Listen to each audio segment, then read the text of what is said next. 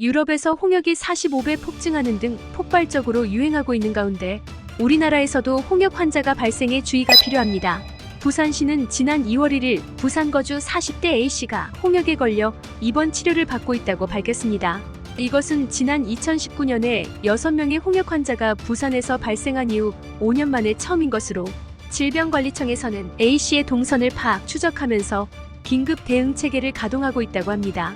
홍역의 세계적 통계를 보면 2023년에는 2022년보다 1.6배 증가한 28만 명의 홍역 환자가 발생했는데 코로나19 유행 기간 동안 홍역 예방접종이 소홀해지면서 홍역 발생이 크게 늘어난 것으로 보고 있습니다.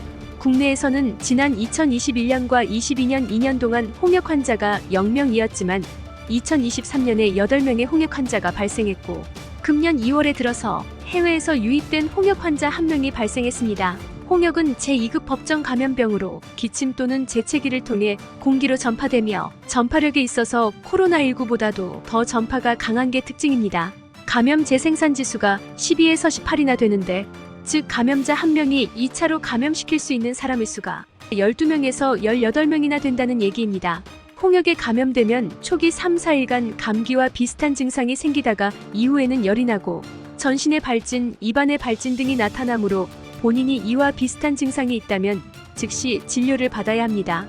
홍역은 생후 12개월에서 15개월 때 1회, 4에서 6세 때 1회, 이렇게 2회 접종을 하게 되면 충분히 예방이 가능하지만 홍역에 대한 면역이 불충분한 사람이 감염자와 접촉할 경우 90%의 감염률을 보인다고 합니다.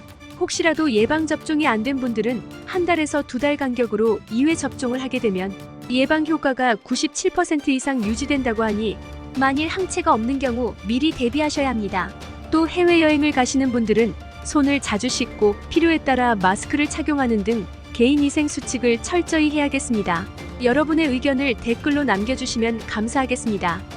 오늘은 여기까지입니다. 구독과 좋아요는 영상 제작에 큰 힘이 됩니다.